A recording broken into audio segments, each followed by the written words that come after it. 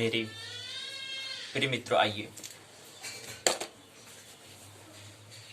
13 फरवरी 2021 भूमंच ज्योतिष पाठशाला बीजेपी प्रातः स्वाध्याय वेदा दिवस 110 दिन 44वें संस्कृत साहित्य के द्वादश दिवस में ज्योतिष पाठ के 44वें दिवस में आइए प्रवेश करें। सर्वप्रथम सूर्योदय 6:53 में, अस्त होगा 18 बजे।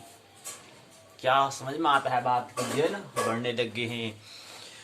1:35 हो चुके हैं स्थानीय समय लोकल टाइम। सूर्यदेव को आए हुए 1 घंटा 35 मिनट का वक्त हो चुका है।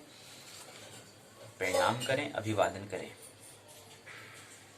दैनिक कार्यक्रम के अंतर्गत आने वाला सर्वप्रथम जो मुख्य कर्तव्य प्रातः स्वाध्याय वेला में आइए प्रवेश करें।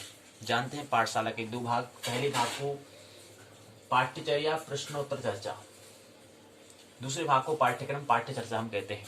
पाठशाला के भाग 2 पर पहली चर्चा, पाठशाला भाग 1 पर बाद में चर्चा हम करेंगे। उत्तराखंड मुक्त विश्वविद्यालय के स्नातक द्वितीय वर्ष का पहला प्रश्न पत्र है। विषय संस्कृत साहित्य के हम प्रश्न पत्र जो है पुस्तक है, उसका व्यक्त करने का तरीका, उसका शीर्षक है SL संस्कृत लिटरेचर संस्कृत साहित्य। दूसरे साल का पहला प्रश्न पत्र, स्नातक द्वितीय वर्ष का पहला प्रश्न पत्र विकेट 201। पुस्तक का शीर्षक है पद्य गद्य व्याकरण कि हमने 3 खंड को समझ लिया है। चौथे खंड को भी हमने पूर्ण कर समझ लिया है, लेकिन आज की पाठशाला में चौथे खंड की एक बार पुनरावृत्ति हम कर लेंगे। यानी कि 6 इकाइयों को संक्षिप्त में आज की पाठशाला में हम देखने वाले हैं। खंड 4, खंड चौथा का नाम है लघु सिद्धांत कौमुदी अथवा व्याकरण को हम समझने का प्रयास कर रहे थे। कल हमने देखा, आज पुनरावृत्ति पुनः व्याकरण को देखने का हम प्रयास करेंगे। लघु सिद्धांत कौमुदी के अंतर्गत संज्ञा प्रकरण अच संधि को हम समझने का प्रयास पुनः एक बार हम कर लें। रिविजन हम कर लेते हैं। इकाई पहली, दूसरी, तीसरी, चौथी, पांचवी, छठी, 6 की 6 इकाइयों उनको समझने का प्रयास हम आज की पाठशाला में करेंगे, संक्षिप्त में करेंगे। संज्ञा प्रकरण है, अच संधि है, सूत्रों पर चर्चा हम करेंगे। विस्तार से बात नहीं करेंगे, लेकिन संक्षिप्त में करेंगे। 6 इकाई को हम देखेंगे। आइए प्रवेश करें, पाठ्य पुस्तक के माध्यम से 6 इकाई को समझने का प्रयास आज की पाठशाला में करें। चौथा खंड है लघु सिद्धांत कौमुदी संज्ञा प्रकरण अच संधि। संज्ञा का मतलब हमने कहा, संज्ञा जो शब्द है वो संस्कृत शब्द है, या कहें कि प्राचीन भाषा में हम जो संज्ञा कहते थे, अभी नवीन भाषा में उसको हम कहते हैं नाम। प्रकरण मतलब होता है प्रसंग के बारे में, जहाँ पर नाम की प्रसंग के बारे में, जहाँ पर नाम के बाद प्रसंग की ज्यादा जिक्र होता है, उसको हम संज्ञा प्रकरण कहते हैं। इसमें अच संधि को हम समझने का प्रयास करेंगे। पहले हमें संज्ञा को समझ में आना चाहिए, नाम को पता होना चाहिए, अक्षरों का हमें ज्ञान होना चाहिए, अक्षर क्या है उसके बारे में ज्ञान, उसके बाद तब जाके संधि में बात समझ में आएगी। और जो संज्ञा प्रकरण है उससे को समझने से पहले महत्वपूर्ण होता है चतुर्दश माहेश्वर सूत्र। उससे पहले महत्वपूर्ण बात हो जाती है अष्टाध्यायी को हम समझें। आचार्य पाणि जी ने लिखा है, लेकिन वो पाणि जी समझ बात आने वाली नहीं, क्योंकि उसकी भाषा क्या है, संस्कृत भाषा है जी, और हमें हिंदी भाषा वाले बात समझ में आने वाले नहीं है। वहां प्रवेश करने के लिए, उसको आसान बनाने के लिए हमारे मित्र वरद राजा आचार्य जो हैं, वरद राजा आचार्य जो हैं, उनने लघु सिद्धांत कौमुदी का क्या मतलब होता है, लघु सिद्धांत कौमुदी का पढ़ तो लिया हमने, 6 इकाई को समझ तो लिया। लघु मन होता है छोटा, सिद्धांत मतलब थ्योरी, सिद्धांत से मतलब तथ्य, सूत्र, फॉर्मूला। लघु मतलब छोटे फॉर्मूले के, कौमुदी था समझना पड़ेगा जी। लघु सिद्धांत कौमुदी ने नाम दिया, तो कौमुदी को साथ समझे। कौमुदी का मतलब क्या होता है, कुछ आप पर ही छोड़ देना है। लघु मतलब छोटा होता है, सिद्धांत मतलब होता है कुछ तथ्यगत बातें, और कौमुदी का मतलब आपके ऊपर स्वाध्याय खुद करें, विद्यार्थी स्वयं ढूंढें, खोजें कौमुदी का मतलब क्या होता है। लघु सिद्धांत को भी, लघु मतलब छोटा, शॉर्ट में, सिद्धांत मतलब थ्योरी, शॉर्ट थ्योरी, या कहें लघु मतलब छोटा, कुछ तथ्यगत बातें, इसको हम कहते हैं सूत्र। उसको समझने का प्रयास हम लघु सिद्धांत कौमुदी में करते हैं। संज्ञा प्रकरण असंधि। अब लघु सिद्धांत कौमुदी करीब 8 अध्याय में, अष्टाध्याय में होता है 8 अध्याय, जिसमें ऐसा ग्रंथ जिसमें 8 अध्याय हो उसको बोलते हैं अष्टाध्यायी। उतने सारे उसमें दिए हैं, करीब 4000 करीब इसमें सूत्र हैं। 4000 सूत्र को समझना हमारे लिए बहुत बड़ा जटिल काम होगा, इसलिए हमें वहां प्रवेश करने के लिए हमें सबसे पहले लघु सिद्धांत कौमुदी को समझना होगा। तो सबसे पहले यहाँ पर अब लघु सिद्धांत कौमुदी समझने के लिए हमें वरदराजाचार्य को समझना होगा। हालांकि विस्तार से उसके बारे में यहाँ दिया नहीं है, लेकिन वरदराजाचार्य जो हैं वो क्या करते हैं, सबसे पहले एक सूत्र के माध्यम से मंगलाचरण करते हैं। कोई भी काम करने के सबसे पहले प्रभु का आभार प्रकट, कोई भी काम अगर हम करते हैं सबसे पहले प्रभु का आभार प्रकट। प्रभु मतलब होता है अस्तित्व का, समष्टि का, सर्वस्व का, समष्टि का, कायनात का आभार प्रकट करना। उसके उसी के अनुकंपा से क्या हो रहा है, काम होता है, काम हो रहा है। उसके उसी अनुकंपा से अवसर मिला है, अपॉर्चुनिटी मिली है, वो नहीं चाहे तो नहीं मिल सकता है। ये आभार प्रकट वही यहाँ पर भरद्राचार्य कर रहे हैं। नत्वां सरस्वतीं देवीं शुद्धां पुण्यां करोम्यहम्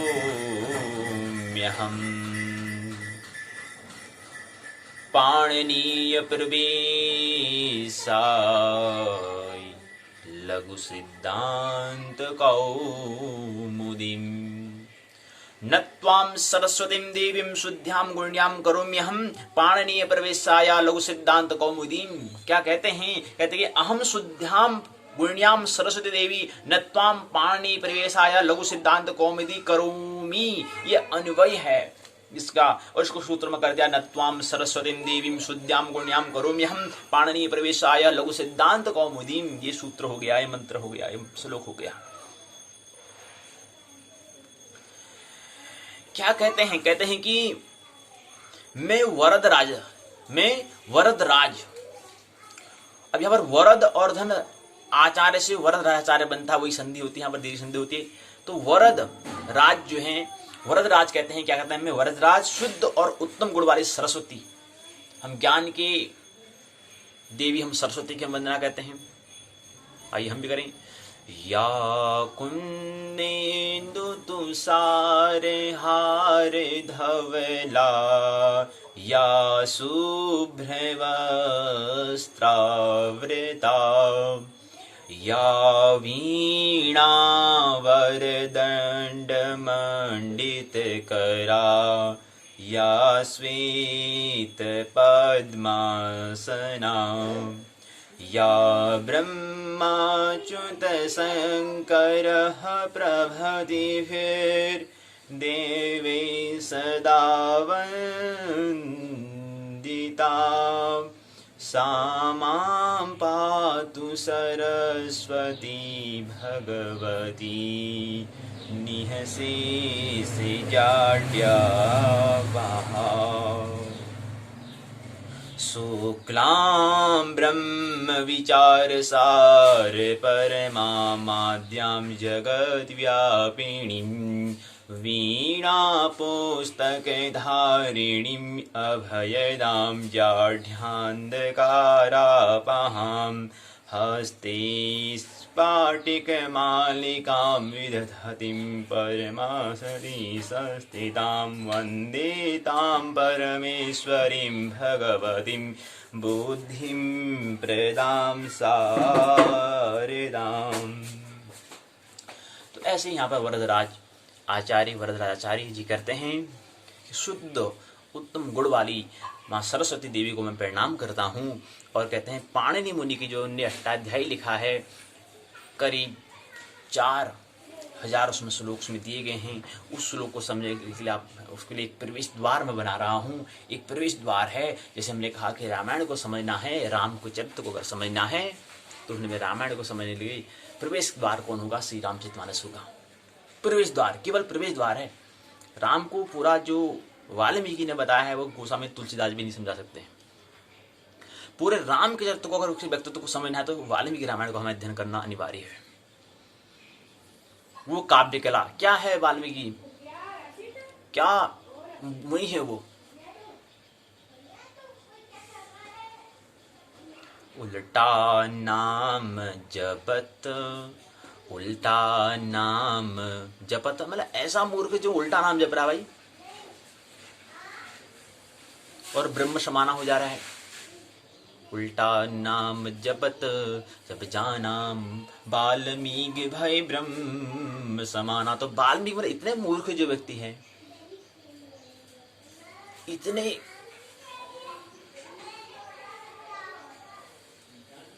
उल्टा नाम जप रहे हैं, मरा मरा, अरे मरा, और ब्रह्म समाना होगी। हमने कहा कि कोई भी जो जितना ज्यादा जिक्र आता है कि बहुत ज्यादा हिंसा वाले थे, जो जितनी गहरी हिंसा में डुबकी लगाएगा वो उससे मुक्त हो जाता है। कोई भी चीज, हर चीज के लिए प्रकृति का नियम है, ये फॉर्मूला है, सूत्र है, ये नियम है, एक तथ्यगत बात है, ऑथेंटिक प्रमाणिक बात है कि जो भी चीज, कोई भी चाहे सुख में भी अगर हम गहरी डुबकी लगाएं या दुख में भी गहरी डुबकी लगाएं, उससे मुक्त हो जाते हैं, शांति को, आनंद को प्राप्त कर सकते हैं। लेकिन डुबकी लगाए कौन? लेकिन बाद में लगाया, बैठे थे, सूत्र निकल के सब बड़ा महाकाव्य, मान साध प्रतिष्ठा तुम गमः श्वासति समायत क्रौंचे मिथुनादेकम अवधि काम मोहितम। आगे वहां से काव्य की सृजन, आगे वहां प्रभु का आवाज, प्रभु का बुलावा, निकालो काव्य को बाहर। इसी सूत्र से पहले, महाकाव्य का पहले सूत्र से प्रारंभ कर दिया और बाद में इतना बड़ा रामायण महाकाव्य को लिख डाला, उसकी रचना कर डाली।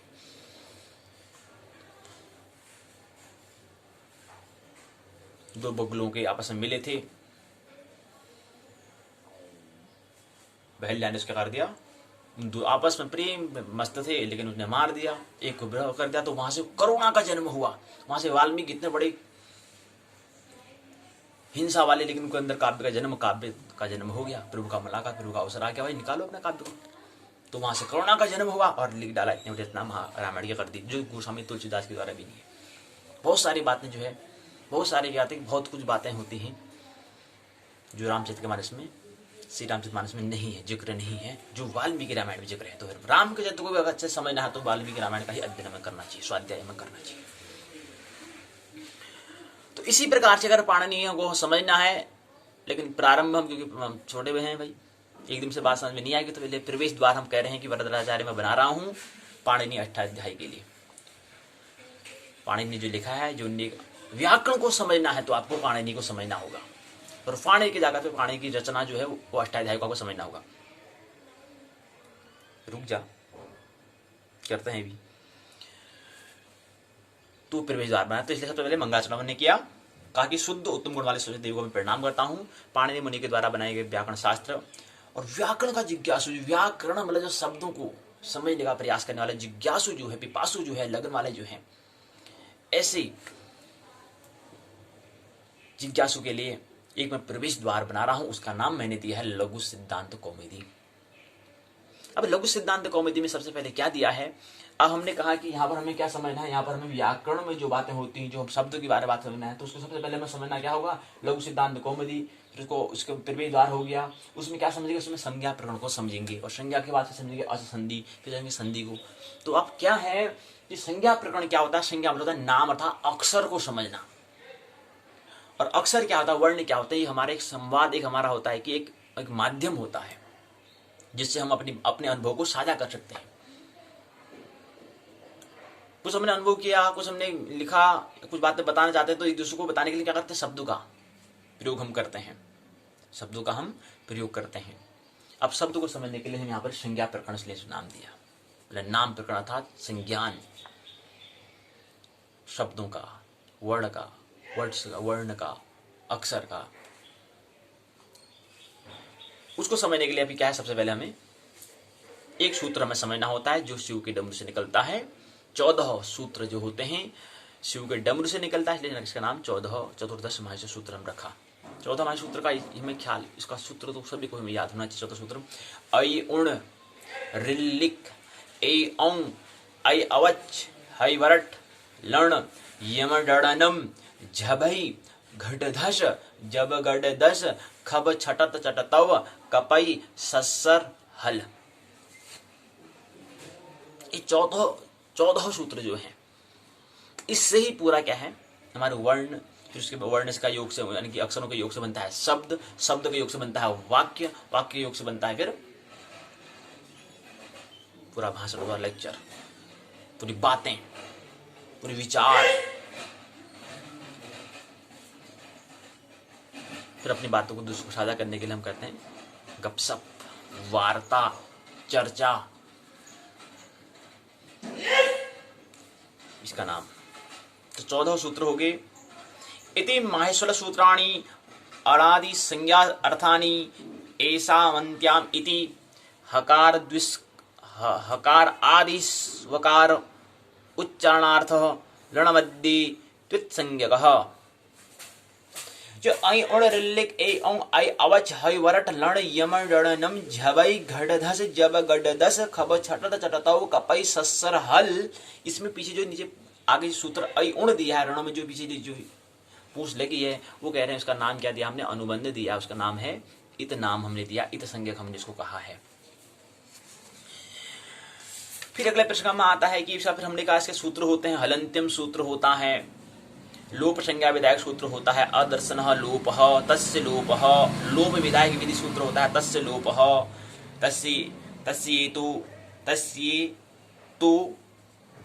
तस्येतु लोप स्यात्। चौथा सूत्र होता है आदि अंतिम संहिता। फिर इसी क्रम में प्रत्याहार होता है, 42 प्रत्याहार इन 14 सूत्रों से बनते हैं। अण अक अच अट अण अम अस अल इक इच इण उक एंग एच एच एच हस हल यण यम यर यय यर वस वल रल मय नम झस झस झय झर झल भस झस बस खय खर छव चय चर सर सल। ये 42 प्रत्याहार है। अब 14 42 प्रत्याहार याद नहीं आ रहा तो सिर्फ थोड़ा अभ्यास में करना पड़ेगा कि 14 सूत्रों को लिखना है, कौन सा प्रत्याहार बनता है इसमें भी जो भी देख लेना है। 42 ही बनता है, 42 ही क्यों बनता है, क्या 43 नहीं हो सकते हैं, 44 45 नहीं हो सकते हैं, 42 ही क्यों बनते हैं, या 42 से कम भी बन सकते हैं। इनको हमें सूत्रों को 14 सूत्रों में लिखने हैं, उसमें भी व्यवस्था में था करने का तरीका हमें समझना है, बस हो गया। पहले सूत्रों को याद करने की जरूरत नहीं है, 14 सूत्रों को याद करने की आवश्यकता है। 14 सूत्र तो याद होने चाहिए। अयुण रिल्लिक एऔ आयवच हयव्रट लण यम गणनम झबई घड़दस जब गड़दस खव छट चटतौ कपई सस्सर हल। ये सूत्र तो याद होने चाहिए, उससे ही 42 प्रत्याहार बनते ये कहते हैं। अब कैसे बनते हैं 42 प्रत्याहार, 42 ही क्यों बनते हैं, इस सब हमें करना है, एक अभ्यास से हमें करना होगा। फिर अगला सूत्र आता है उकालो झसु हिरस्व दीर्घ पलुतः उकालो इति। फिर अगला आता है उच्चैरु उच्चैरु उदात्तः। फिर अगला सूत्र आता है निच्चैर अनुदात्तः। फिर अगला आता है समाहार स्वरितः। फिर अगला हमने समझा मुख नाशिका वचनो अनुनाशिक। फिर इसके बाद हमने समझा कुछ प्रश्न थे उनको लेने का हमने प्रयास किया, फिर सारांश बातें समझा हुई समझी। तो इकाई को हमने विराम दिया था, फिर निबंधात्मक प्रश्न लिए थे कि 14 सूत्रों का उल्लेख करते हुए इसमें इस संज्ञक वर्णों का चिन्ह कीजिए। यहाँ पर इकाई में किन्हीं 3 सूत्रों का जो बहुत सारे सूत्र दिए हैं, इसमें 3 सूत्रों को उदाहरण से बताना है। अपने अभ्यास के लिए प्रत्याहारों का निर्माण कीजिए, अभ्यास के लिए आपको प्रत्याहार का निर्माण कीजिए, ये हमने समझा। तो इसमें पहली इकाई का नाम क्या दिया था, पहली इकाई का नाम दिया था, पहले इकाई का नाम रखा था लघु सिद्धांत कौमुदी 10 संज्ञा प्रकरण, प्रारंभ से लेकर के मुख नाशिका वचन और अनुनासिक तक की हमें व्याख्या करनी है। कितने 10 सूत्र थे, इन 10 सूत्रों को समझने का प्रयास हमने यहाँ पर इसमें किया। पहला हलंत्यम, दूसरा अदर्शन लोप, तीसरा तस्य लोप। अब पहला सूत्र जो हमें सबसे पहले महत्वपूर्ण क्या है हमारा, ये हमारा 14 सूत्र हमें आने चाहिए। ऐ उण रिल्लिक एयों ऐ अवच हयवट लण यम गणनम झबई घड़दस जब गड़दस खव छट तौ कपई सस्सर हल। ये पहले सूत्र हमने ये हमें याद आना चाहिए, याद रहना चाहिए। दूसरा बार हलंत्यम, फिर अदर्शन लोप, फिर तस्य लोप,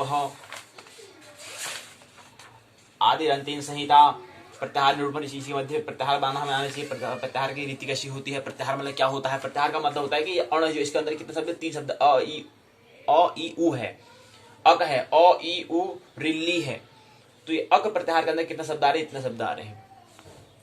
छोटी सी बात नहीं, क्या इसके अंदर क्या चीज छुपा पड़ा है। तो जैसे 42 45 में यहाँ पर दिए गए हैं। फिर आता है उकालो झसु हिरस्व दीर्घ पलुतः, ये 5वां सूत्र है। छठा ये अगर दिया है उच्चर उदात्त दिया है, निच्चर उदात्त दिया है, फिर समाहार स्वरित दिया है। अगला सूत्र 8वां सूत्र है। 9वां सूत्र इसमें दिया है मुख नाशिका वचनो अनुनासिक। ये जो है क्या है, अनुनासिका संज्ञा विधायक विधि सूत्र है। विधायक सूत्र विधि सूत्र बताइए, जैसे नाम आएगा अनुनासिका संज्ञा विधायक विधि सूत्र का सूत्र बताइए क्या होता है। तो बताना पड़ेगा, ये सूत्र होता है मुख नाशिका वचनों अनुनासिक होता है। फिर ये बात थोड़ा यहाँ पर लिखनी होगी, मुख सहित नासिको उच्च आर्यमाणो वर्णो अनुनासिक हो संगे स्यात्, ये हमें बताना पड़ेगा। तो इसका उदाहरण यहाँ पर दिया हुआ है। फिर उस बारे में दीर्घ प्लोत अभ्यास प्रश्न को अभ्यास दिए हैं, इसके प्रश्न दिए यहाँ पर। फिर इसका ही प्रश्न यहाँ पर दिया है, सारांश बात दी है, शब्दावली यहाँ पर दी है, अभ्यास प्रश्न को उत्तर यहाँ पर दिए गए हैं, ग्रंथ उपयोगी पुस्तक निबंध प्रश्न वहाँ पूछे गए। इस तरह से पहली इकाई को हमने विराम दिया, पहली इकाई को समझा व्याकरण के अंतर्गत। तो इसके अंदर पर दूसरी इकाई को हमने समझने का प्रयास किया। दूसरी इकाई का नाम था, बहुत सारे देखें, जब हम प्रश्न को यहाँ पर करते हैं तो बहुत सारे कहते हैं हाँ ये नहीं होना चाहिए, ये आचरण था, आचरण में परिवर्तन करना चाहिए। अरे अच्छा ठीक है लाओ, ये उचित नहीं है। हाँ समझ लग जा रहा है कि प्रश्न को यहाँ पर आगे बढ़ने के लिए, प्रश्न को पलटाने के लिए, आगे देखने के लिए क्लास में।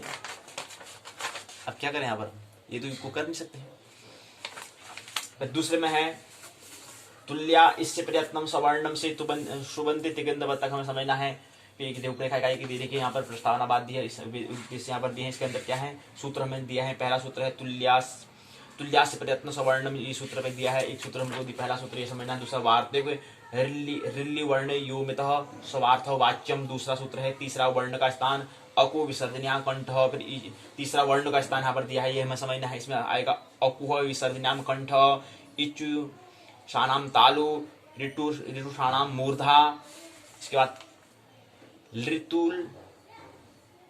लृतुल सानाम दंता, उप उप उप उप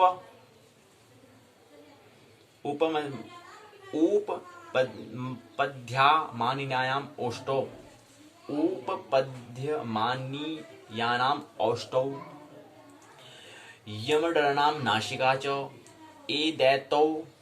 एदैतुः कंठः तालु, वकारस्य दंतोष्टम, जिह्वामूलस्य जिह्वामूलम, नासिका अनुस्वारस्य। ये बातें यहाँ पर दिए। अगला यंत्रो द्विधा आभ्यंतरो बाह्यश्च, यह बात यहाँ पर दिया। अभ्यंतर और बाह्यभ्यंतर जो चीज होते हैं, आभ्यंतर और बाह्य दो प्रयत्न होते हैं, ये हमने समझा। इसमें मैंने कहा कि यहाँ पर क्या है 33 वर्ण होते हैं, 25 हमने कहा स्पर्श होते हैं, बाकी यड़ प्रत्याहार स्वर प्रत्याहार में 7 और आते हैं, तो इसी तरह से 33 वर्ण बनते हैं। फिर आता है ह्रीश्व ईशावर्ण से प्रयोग ही समर्थ प्रक्रिया दशानाम तो विवृत्तिमेव। फिर बाह्य प्रयत्न के अंदर आता है 11, उसके 11 होते हैं, 11 होते हैं। फिर बाह्य प्रयत्न के अंदर दिया है कौन से 11 होते हैं, दिया गया है विवाह सुमार श्वास नाद घोष अघोष अल्प्राण महाप्राण उदांत उदात्त स्वरित होता है। फिर आता है खरो विवारा श्वास घोषाश्च, हस शवारा नाश घोषाश्च। फिर ये दिया गया। फिर आता है कादयो मावशानाम स्पर्शा यड़ोन्तः स्ताह, कार्य के माध्यम से आभ्यंतर प्रयत्न के बारे में दिया। फिर वायु के बारे में दिया है। फिर अ आदि संज्ञा विधायक संज्ञा सूत्र होते हैं। अणुदित्स सवर्णस्य चा अप्रत्ययः, अणुदित्स सवर्णस्य चा प्रत्ययः, ये सूत्र दिया गया है। इसके बाद है अत्रेवाण परेण ऋणकारेण तवेदम अह अष्टादशानां संज्ञा तथे कारौ ऋकार श्रित ऋकार स्त्रिशतः वादशानां अनुनासिका नुनासिक भेदेन तोबला द्वितेनानुनासिका अस्ते द्वयोः संज्ञा। संहिता संज्ञा विधायक संज्ञा सूत्र होता है। पर संनिकर्ष संहिता संयोग संज्ञा विधायक संज्ञा सूत्र है। हलोन अंतरः संयोग पद संज्ञा विधायक संज्ञा सूत्र है। शुभिंद तिगंधवत। यहाँ तक बात हमें समझनी इस इकाई में। फिर अध्याय प्रश्न यहाँ पर दिए गए हैं। फिर उसको अध्याय प्रश्न के बाद अगला क्रम आता है। अभ्यास प्रश्न दिया, उसके बाद अगला क्रम सारांश बातें यहाँ पर इकाई में इसकी निचोड़ यहाँ पर दिया गया है। फिर शब्दावली प्रश्नों को है। इसका हमने यहीं पर दूसरी इकाई को विराम दिया था। फिर तीसरी इकाई में प्रवेश किया था हमने। इको यौनिची से लेकर के अलोन तस्य सूत्र हमें क्या तक व्याख्या हमें करनी है। प्रस्तावना यहाँ पर रूपरेखा यहाँ पर दी गई है। इसके बाद आता है प्रस्तावना उद्देश्य भी। इसमें यण संधि विधायक विधि सूत्र का दिया है। इको यणिची ही, इक स्थान यण इत्यादि इस्यादचि सहितायां विषये सुधि उपास्य इति स्थिते। तो ये सूत्र दिया है कैसे सुधि उपास्य कैसे बनता है, इसका संधि विशेष का विवाह जब हो जाता है तो कैसे बनता है ये। फिर नियम कारक परिभाषा सूत्र है तस्मिन् नीति निर्दिष्टे पूर्वस्य। दूसरा सूत्र ये हमें समझना है। तीसरा सूत्र है नियम कारक परिभाषा सूत्र है स्थाने अनंतरतम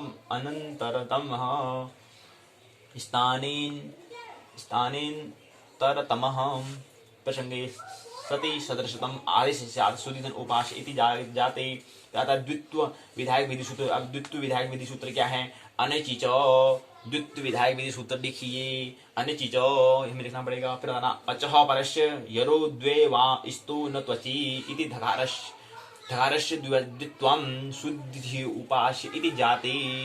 तो आता है झस्वतः विधान करने वाला विधि सूत्र झलाम झस झषि स्पष्टम इति पूर्व धकारस्य दकारः धोका धोका हो जाएगा, धोका दो कैसे हो जाएगा। फिर आता लोप विधायक विधि सूत्र संयोगान्तस्य लोपः संयोगान्तः यत् पदं तस्य तदन इससे लोप स्यात्। फिर सूत्र आता है अंत्य अल आदेश परिभाषा सूत्र है हलोन्तस्य सूत्र से। फिर अगला सूत्र आता है वार्तिक यण प्रतिषेधो वाच्य यण के लोप का निषेध करना चाहिए, ये नियम कहता है। फिर अगला आता है इसी क्रम में, फिर हमें उदाहरण बताया है मधुवरी का भी करो, धात्रांश का करो, ये आपको फिर करके बताया है। कौन से इसके उदाहरण हो सकते हैं, इसको बताने का प्रयास पर क्या है ये कार का बारे में इस प्रकार से यही दिया है, इसी प्रकार से दिया है। तो यण संधि में उकार का उदाहरण और सामान्य नियम ये बातें यहाँ पर दी गई हैं। पित्रागतः मात्रादेशः ये सब दिया है कि यण संधि में ऋकार का उदाहरण दिया है। यण संधि में ऋकार का लाकृति प्रकृति वही शब्द है यहाँ पर भी लाकृति से प्रकृति ये किसका होता है, यण संधि में ऋकार का उदाहरण यहाँ पर दिया है। संधि विच्छेद यहाँ पर दिए गए हैं, उसका विग्रह उसका कैसे संधि का विग्रह संधि और कैसे आदेश हुआ है। भू आदि भू में और फिर भू वधन आदि कैसे बनता है ये बताने का प्रयास यहाँ पर किया है। विग्रह आदेश संधि यहाँ पर दी गई है, प्रसंग पूरा दिया गया, पूरे यहाँ पर अभ्यास के लिए दिए हैं इतने सारे शब्द, ताकि कोई भी अष्टाध्याय का आपको कहीं भी संस्कृत कोई पुस्तक अगर अध्ययन करनी हो तो वहाँ पर ये दिक्कत ना आए, इसलिए इतने सारे बहुत सारे शब्द यहाँ पर दिए गए हैं। फिर अभ्यास प्रश्न दिया है, सारांश से बातें यहाँ पर दी कह रहे हैं कि यहाँ पर अच और संधि दो संधि आपने समझा। अच मैंने हमने कहा प्रत्याहार है, वर्णों का जब तक ज्ञान नहीं होगा तो संधि को कहाँ से समझिएगा। शब्दावली दी गई है, अभ्यास प्रश्न यहाँ पर प्रश्न पूछे गए हैं, क्योंकि पुस्तक यहाँ पुस्तक के माध्यम से समझ सकते हैं। निबंधात्मक प्रश्न पूछे हैं, यहाँ पर 4 पूछे हैं कि इको यणचि सूत्र की सुधार से व्याख्या कीजिए, सुधि उपास्य प्रयोग की विस्तारपूर्वक सिद्ध कीजिए, धातुनिष्ठ शब्द के सूत्र उल्लेख पूर्व सिद्ध कीजिए, द्वितीय विधायक विधि सूत्र को उदाहरण से बताइए। हमने कहा द्वितीय क्या होता है, तो द्वितीय के लिए हम यहाँ पर बात समझनी होंगी कि द्वितीय जब हमने नाम कहा तो नाम हमें ख्याल रखना है कि हमने कहा द्वितीय विधायक विधि सूत्र अनिचिच ये द्वितीय विधायक सूत्र विधि सूत्र है। इस क्रम मैंने जो पहला कहा था, जो दूसरी इकाई थी, दूसरी इकाई में भी हमने यहाँ पर प्रश्न पूछा था कि प्रयत्न कितने प्रकार के होते हैं, उनकी व्याख्या कीजिए। प्रयत्न की व्याख्या करते हुए भाई प्रयत्न को उदाहरण से बताइए। सवर्ण संज्ञा विधायक सूत्र की व्याख्या करते हुए वर्ण के उच्चारण स्थान बताइए। अणुदित सवर्णस्य चा प्रत्यय सूत्र की उदाहरण से व्याख्या कीजिए। ये दूसरी इकाई में था। तीसरी इकाई का अभ्यास प्रश्न हो गए। चौथी इकाई में फिर हमने प्रवेश किया। चौथी इकाई में बताया कि ईचो अय आय आव अय आव अय आव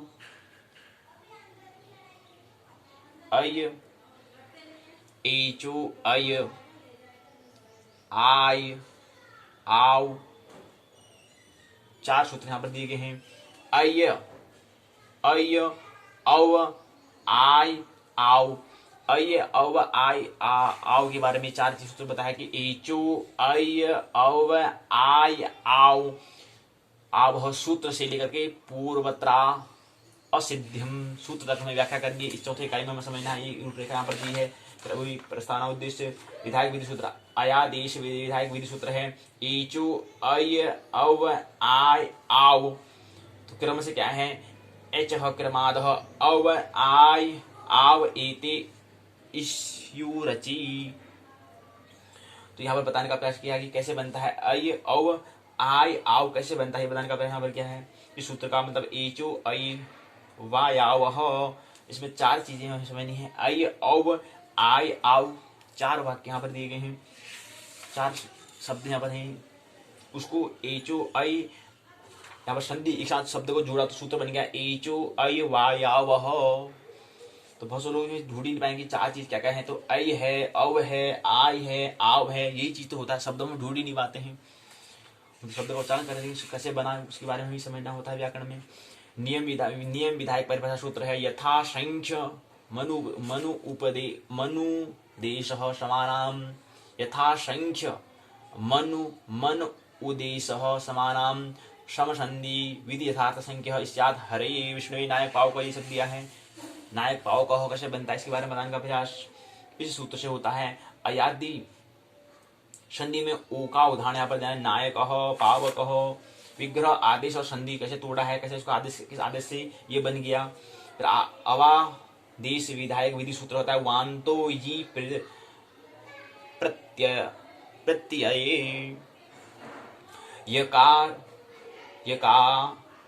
यकारादौ प्रत्यय परे उदौ तोरवः आव एतौ स्तः गव्यम नाव्यम। ये उदाहरण यहाँ पर दिए हैं। ये वांतो ही प्रत्यय इस सूत्र में आता है कि गव्यम नाव्यम कैसे बना। फिर अगला आता है गुण संज्ञा विधायक। गुण संज्ञा विधायक संज्ञा सूत्र है आदें गुण ए अत एंग च गुण संज्ञा स्यात्। फिर अगला नियम सूत्र आता है तपरस्त तत्कालस्य ततः परो तस्मात्स च तात परस्योच्चार्यमाणः समकालस्यैव संज्ञा स्यात्। फिर गुण संज्ञा विधायक विधि सूत्र है आद गुणः अवर्णादचि परे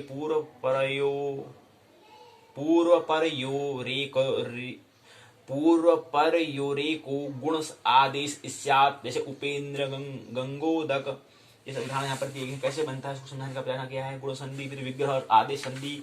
गुण संधि में ओ का उदाहरण, विग्रह आदेश संधि कैसे बनता है उदाहरण यहाँ पर दिया है। इत संज्ञा विधायक संज्ञा सूत्र इत संज्ञा वाले उपदेश अजनुनाशिक इतः उपदेशी अनुनाशिको अजित संज्ञा स्यात्।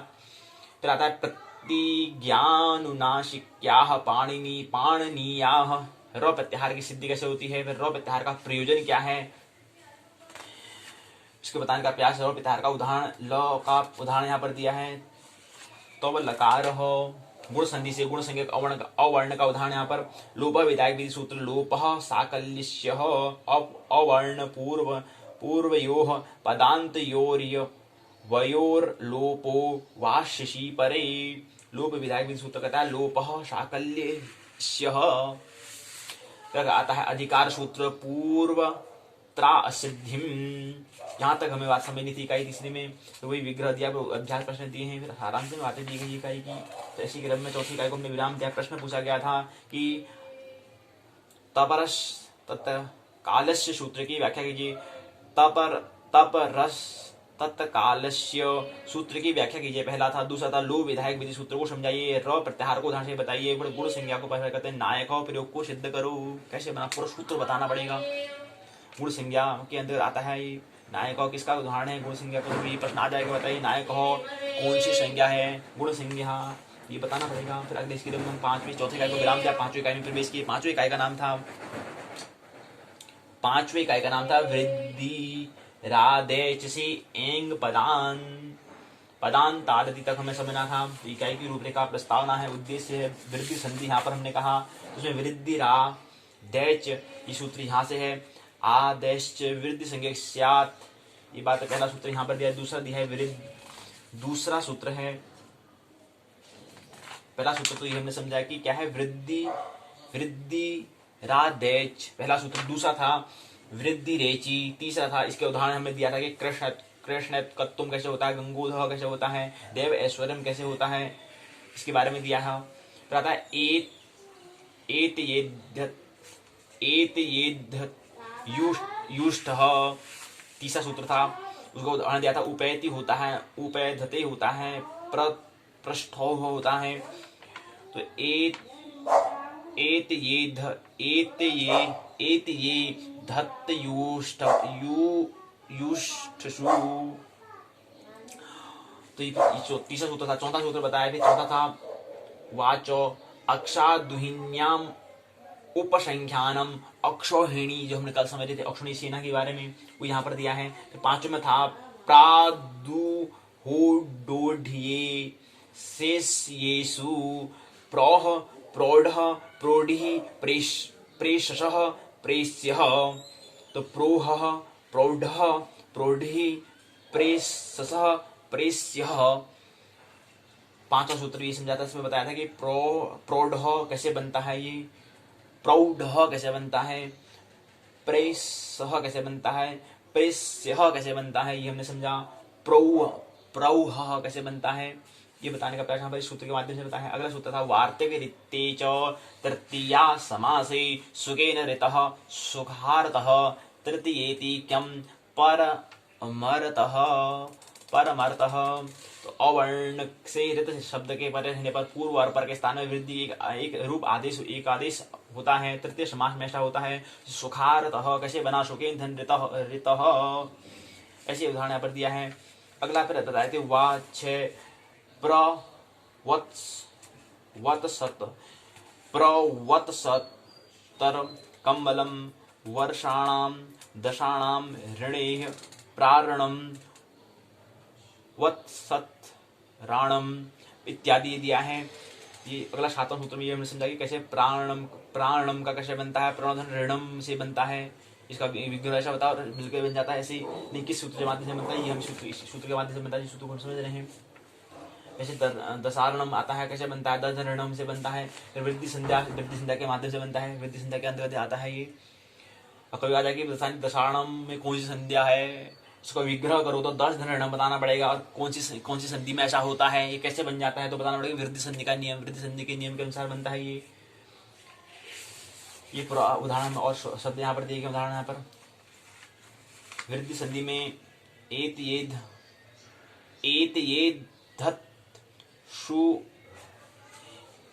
ये धत युष्टषु सूत्र का उदाहरण दिया गया है यहाँ पर। फिर अगला आता है, अगला सूत्र था उपसर्ग संज्ञा का करने वाला सूत्र है। उपसर्गा क्रिया योगी प्रादय क्रिया योगी उपसर्ग संज्ञा स्यु। फिर हमने कहा कि इसमें उपसर्ग के बारे में दिया था। पर आदि 22 उपसर्ग होते हैं, कई प्रश्न आ जाएगा 22 उपसर्ग होते हैं। तो पहला होता है प्र, दूसरा आता है परा, तीसरा आता है अब, चौथा है श्रम, पांचवा अनु, छठा औ, सातवां निश, आठवां निर, नौवां दू, 10वां दूर, 11वां वी, 12वां आंग, 13वां नी, 14वां अधि, 15वां अपि, 16वां अति। कहते हैं ना अति सुंदर, हम कहते हैं अति। यहाँ पर अति क्या है, अति सुंदर जो कह रहे हैं, सुंदर तो है लेकिन अति है, तो अति क्या है, उपसर्ग है आगे से। सुस्वागतम, सु भी क्या है, उपसर्ग है। ये अगला अति, फिर सु आता है 17 नंबर में, 17वें नंबर में सु आता है। फिर उद आता है, फिर अभि आता है। कहते हैं ना मान कहते हैं, अभिमान कहते हैं, तो अभी भी क्या है, उपसर्ग है। उपसर्ग हमेशा क्या है, शब्द के आगे दाएं हाथ में आता है, बाएं हाथ में आता है। तो अभी जो है हम कहते हैं मान कहते हैं, लेकिन इसमें अभिमान अगर जोड़ देते हैं तो अभी क्या है, उपसर्ग है। जैसे प्रकृति, कृति आगे हमने प्र लगाया तो प्र भी क्या है, उपसर्ग है। ये सब क्या है, 22 यहाँ पर उपसर्ग दिए, प्र, परा, अप, शम, अनु, अव, निस, निर, दु, दुर, वी, आंग, नी, अधि, अपि, अति, सु, उद, अभि, प्रति, परि, उप, जैसे बोलते हैं परि, पर्यावरण बोलते हैं, परि भी क्या है, प्रति बोलते हैं। ये सब क्या है, उपसर्ग। 22 उपसर्ग दिए गए हैं, 22 उपसर्ग होते हैं। फिर अगला आता है सूत्र भूवादयो धातवः क्रियावाचनो भवादयो धातु संज्ञा स्युः। अगला आता है उपसर्गाधृति धातौ। उदाहरण यहाँ पर दिया है कि प्रार्थति, प्रधन रिच्छति से बनता है। कौन सी संधि होती है, उपसर्गाद्यो धातु सूत्र है, उपसर्गाधृति धातु सूत्र से बनता है ये। उसका उदाहरण यहाँ पर दिया गया है। तो आता है पर रूप संधि होता है, पर रूप विधायक विधि सूत्र का। पर रूप संधि के अंदर पर रूप विधायक विधि सूत्र कौन सा होता है, बता पूछ देंगे कभी, बताइए पर रूप संधि का विधायक सूत्र क्या है, तो बताना पड़ेगा इंग हिंग पर रूपम। फिर बताएंगे आद उपसर्गाद इंगांदो धातु परे पर रूप एकादशी इस्यात, जैसे पृज्यति उपोषति, ये सब क्या है, ये पर रूप संधि के अंदर उसका सूत्र इंग पर रूपम सूत्र से बना है। उदाहरण के लिए प्रेज्यते, उपोषते, विग्रह, आदेश, संधि। इसी क्रम में टी संज्ञा विधान करने वाला संज्ञा सूत्र अचोन, अचोन्तयाधिपी, अचोअन्तयाधिपी। इसी क्रम में इसका मतलब होता है अचाम मध्य योन्तयः श आदिर्यस्य तटी संज्ञः स्यात्। इसी क्रम में आता है वार्तिक शक्न ध्वादिषु पर रूपम वाच्यम। 13वां सूत्र है। इसके बाद बताया कि कर्कधन अंधु से, अब ये कर्कंधु हम उच्चारण नहीं कर पा रहे हैं तो उसको तोड़ के बोलेंगे कर्कधन अंधु, और तोड़ने से क्या होता है, तोड़ने से उसको हम अर्थ समझ लेंगे। कर्क हो गया, कर्क अंधु मतलब कुछ बातें होती हैं।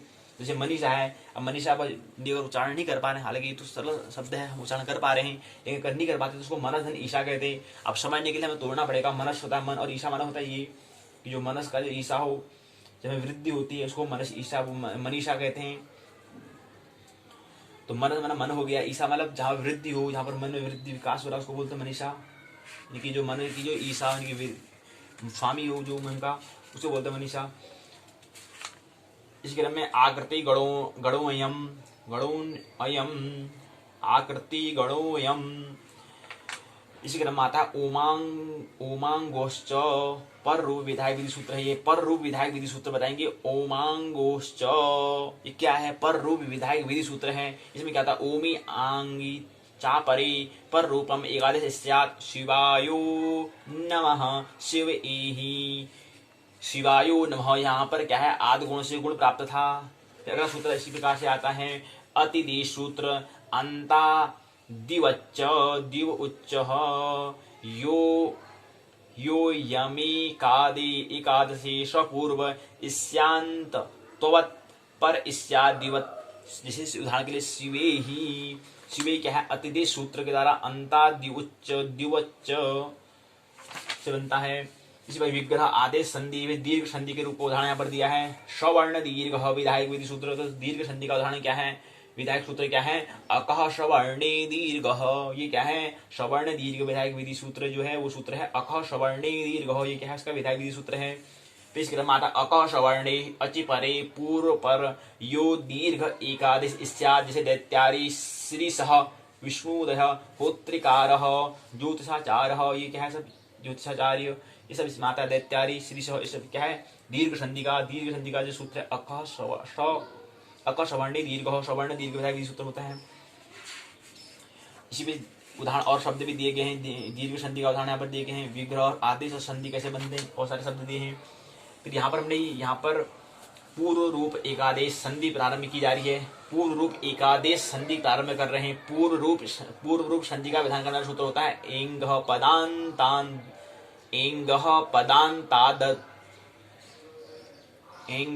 पदान्तादति। ये क्या है, पूर्व रूप संधि का विधान करने वाला सूत्र का नाम बताइए, लिखना पड़ेगा, लिखिए। तो एंग पदान्तादति, फिर बताना पड़ेगा पदान्ता देउंग अति परे पूर्व रूप में एकादश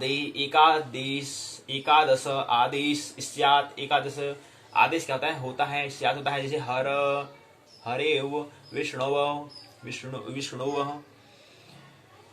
तो ये क्या है, पूर्व रूप संधि विधान करने वाला सूत्र है एंग पदान्तादति। फिर सूत्र उदाहरण यहाँ पर दिया है। इसी क्रम में आता है पूर्व रूप संधि के उदाहरण सहित विग्रह करके संधि बताइए। विग्रह आदेश संधि तो प्रश्न के यहाँ पर दिए हैं बात, और भी कल सारांश बातें यहाँ पर दी, शब्दावली बातें यहाँ पर दी गई हैं। इसी क्रम में अगला आता है प्रश्न पूछे दीर्घ संधि कहाँ पर होती है, सूत्रों को उदाहरण से बताओ।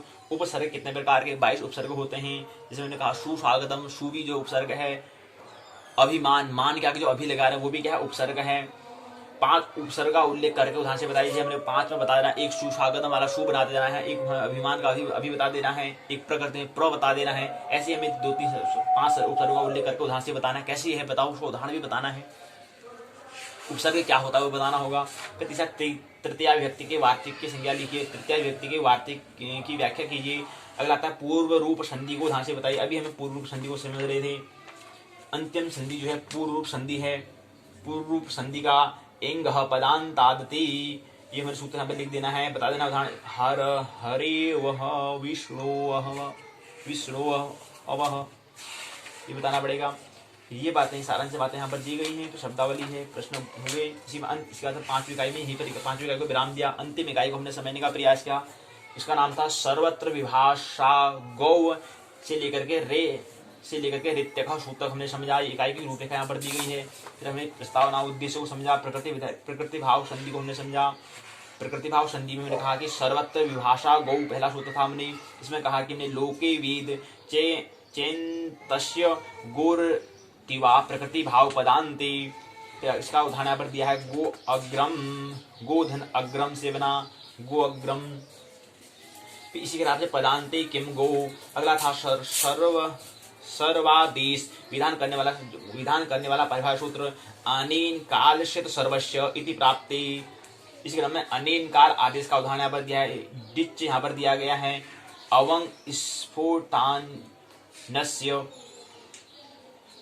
इस सूत्र दिए गए हैं कि डी आदेश अनेकाल होने पर भी अनंत के स्थान पर होता है। क्या था, अवंग स्फोटान्यस्य पदांते एंग पद एंग तस्य गोरवण वाचसी जैसे बताया उदाहरण के लिए, गवा ग्रम गो ग्रम पदांते किम गवी। अगले में था हमने पदांते किम। फिर अगला था अवंग आदेश विधायक सूत्र इंद्री च गौरवंग इत्यादि इंद्री गोविंद्र कैसे बनता है, गोधन इंद्र से बिल्कुल बनता है। इसी प्रकार से पलुत आदेश विधायक सूत्र में देखा, पलुत आदेश करने वाला जो विधायक सूत्र है, दूराधूते च दूरात संबोधने वाक्यस्य तेह पलुतो वा स्यात्।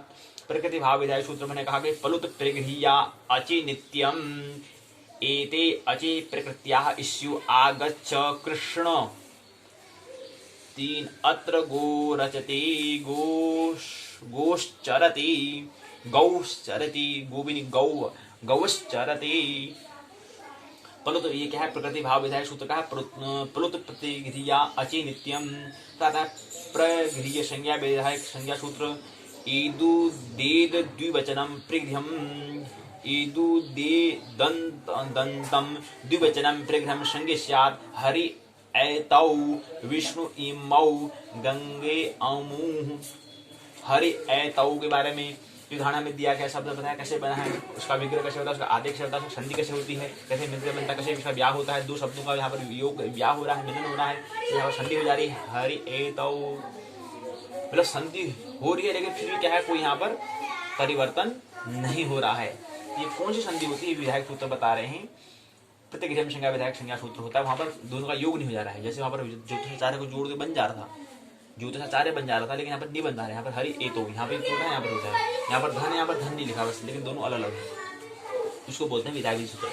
प्रतिगृह्य में संज्ञा विधायक संज्ञा सूत्र अदसोमात् असमान पराविदुः तौ प्रगृह्यौ स्तः अमी ईसाह रामकृष्णावमु आशते मातृक्यम अमुकेत्रः। पुल्लिंग यहाँ पर दिया गया है। अद शब्द के मकार के पर इकारांत उकारांत प्रगृह्य संज्ञा होते से अद शब्द नाम है, इसका 3 लिंगों रूप चलता है। यहाँ पर पता है अशो अमु अमी अमु अम अमु अमु अमुभ्याम अमिभी। पूरा यहाँ पर दिया गया शब्द के बारे में, इसकी स्त्रीलिंग और नपुंसक के बारे में यहाँ पर दिया गया है। शेष पुल्लिंग के समान चलता है। प्रगृह्य संज्ञा विधायक संज्ञा सूत्र का अदसोमात्। फिर आता है निपात संज्ञा विधायक संज्ञा सूत्र है चाद यु अश्वत्वे आद्र व्यर्थाश्चादयु निपाता इस्युः।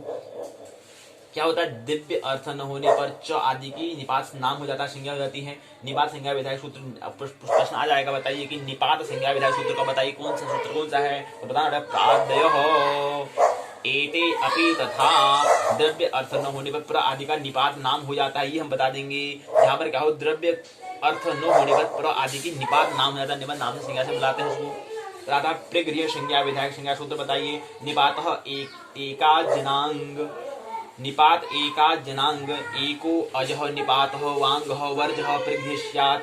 जैसे इंद्रः उमेशः उदाहरण दिया है। अर्थ बताया, उदाहरण इंद्र बताया, इंद्र उमेश कैसे बनता है।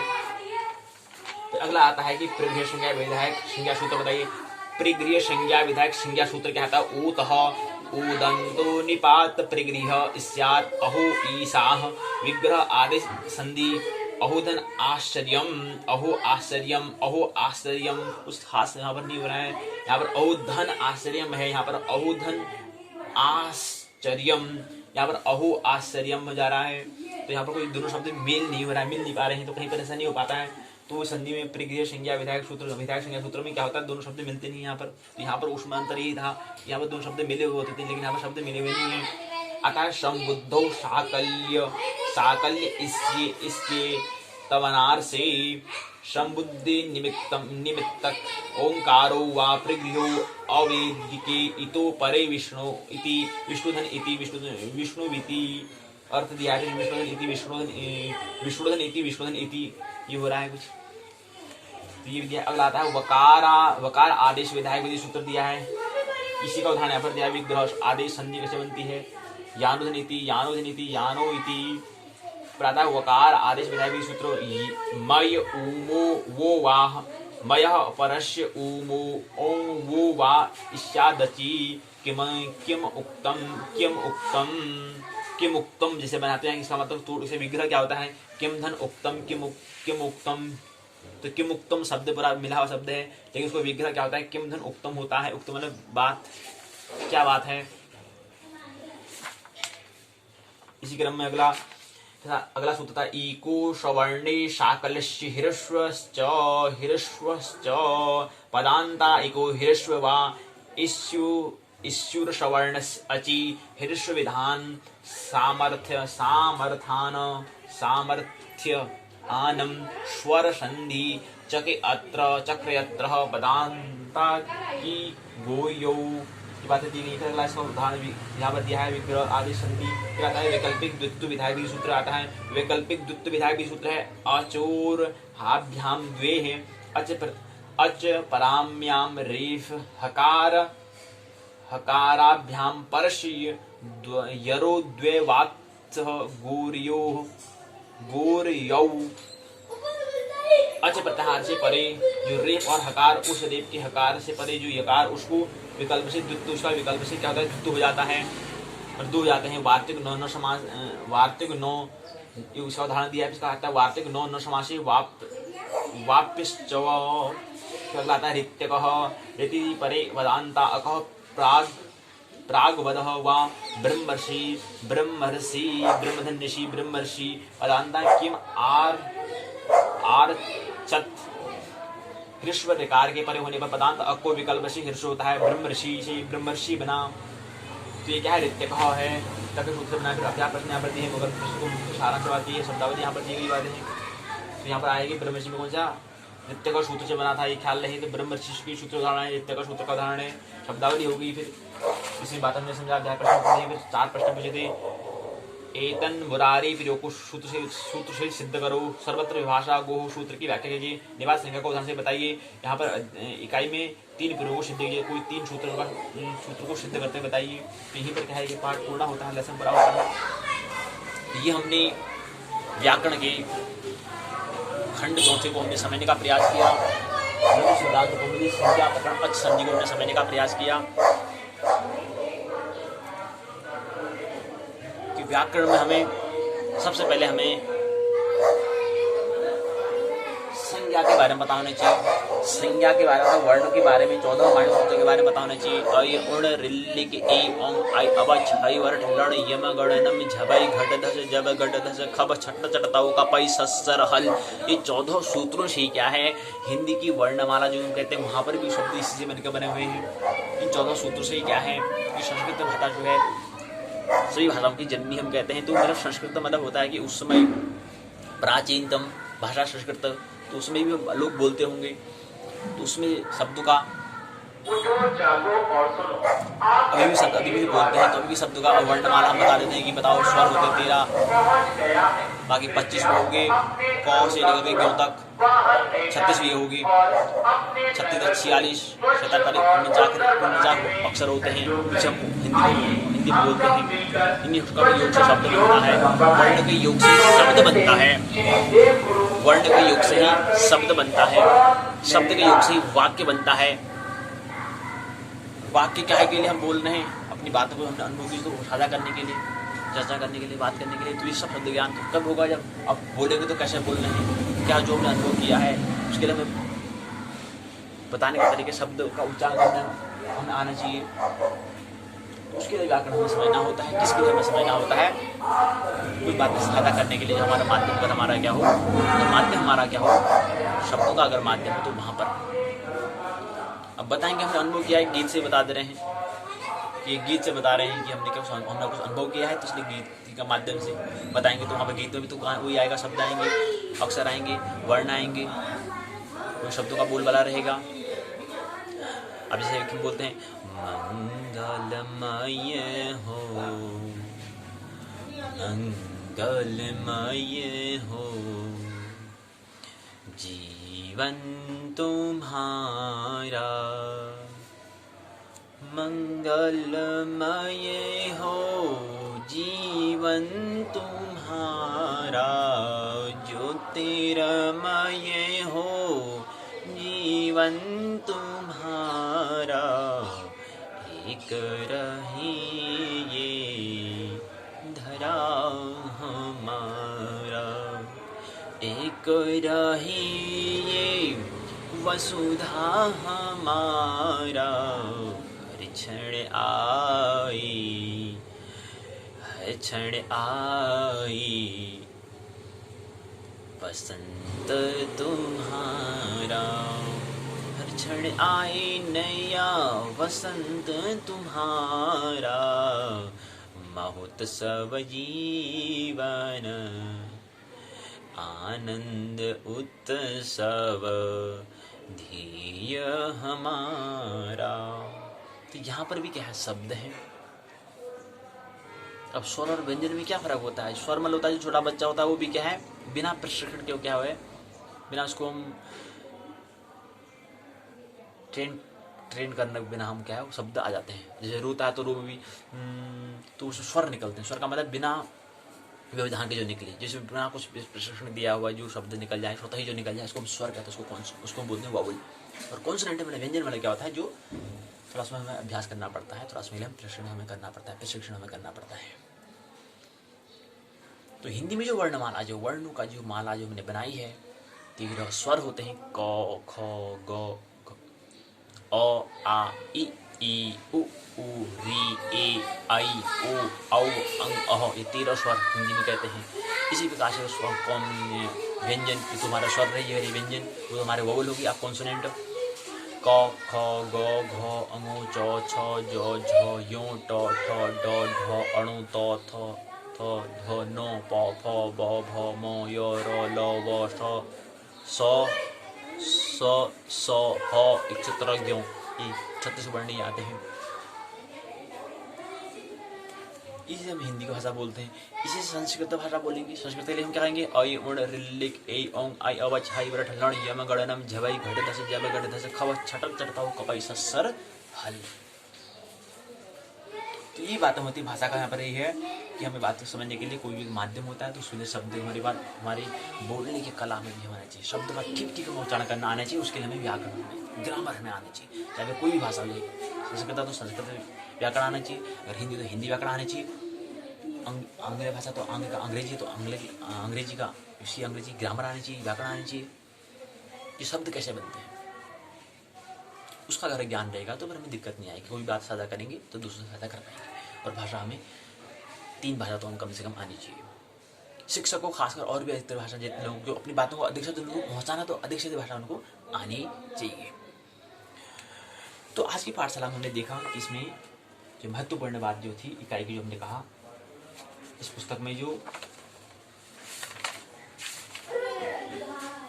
अंतिम खंड का नाम लघु सिद्धांत कौमुदी संज्ञा प्रकरण असंधि। पहला हमने कहा लघु सिद्धांत कौमुदी संज्ञा प्रकरण प्रारंभ से मुखनाशिक वचनाश तक, इकाई तक हम समझा। दूसरा तुल्यास तुल्यास प्रयत्न सवर्ण से सुबंध तिगंधवत तक हमने समझा दूसरे इकाई में, तीसरे में इको से हलोन तस्य तक, चौथे में एचो अय अव आय आव से पूर्वत्रा असिद्ध सूत्र तक हमने समझा। पांचवें में वृद्धि रा दैच से एंग पद तक हमने पदांत तक हमने समझा। छठे में सर्वत्व विभाषा गौ से ऋतक सूत्र तक हमने समझा। ऋतक में हमने कहा महर्षि जो है, जो ब्रह्मर्षि जो है, वो ब्रह्मर्षि क्या है, ऋतक सूत्र से बनता है। ब्रह्मधन ऋषि से ब्रह्मर्षि बनता है, ये ऋतक सूत्र से बनता है। तो ये हमने समझने का प्रयास आज की पाठशाला में किया। यहीं पर पाठशाला के भाग 2 को विराम देते हैं। आइए पाठशाला के भाग की ओर हम प्रवेश करें। और कल जो हमें याद रहना, कल एक हमें क्या है, परीक्षा का हमें आयोजन करना है ज्योतिष का।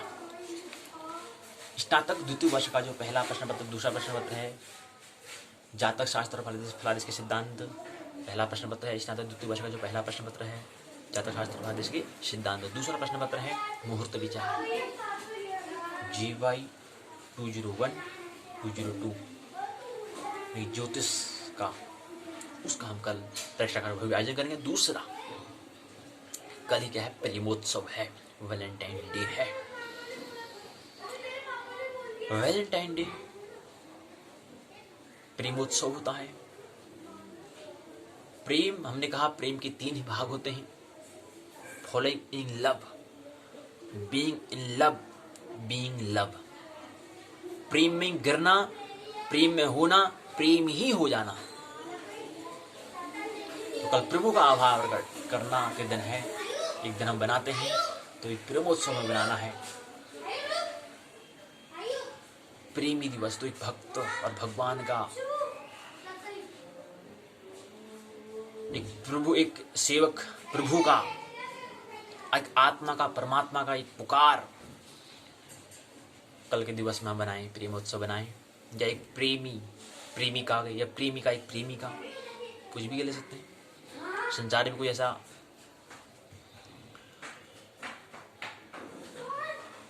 संसार से भाग नहीं जाना है, संसार में ही जाग जाने का नाम है संन्यास। तो संसार की हट के संसार को दूर नहीं फेंक देना हमें। तो कल वैलेंटाइन डे पर हमें महोत्सव बनाए, तो हम यहाँ पर परीक्षा का आयोजन करेंगे उसी उपलक्ष्य में।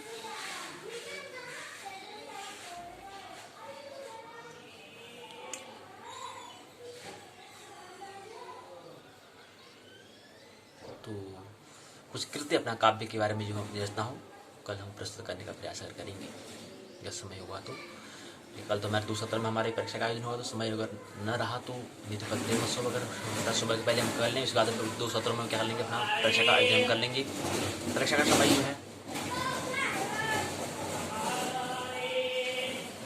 परीक्षा का समय हम रखेंगे 2 सत्र में होगा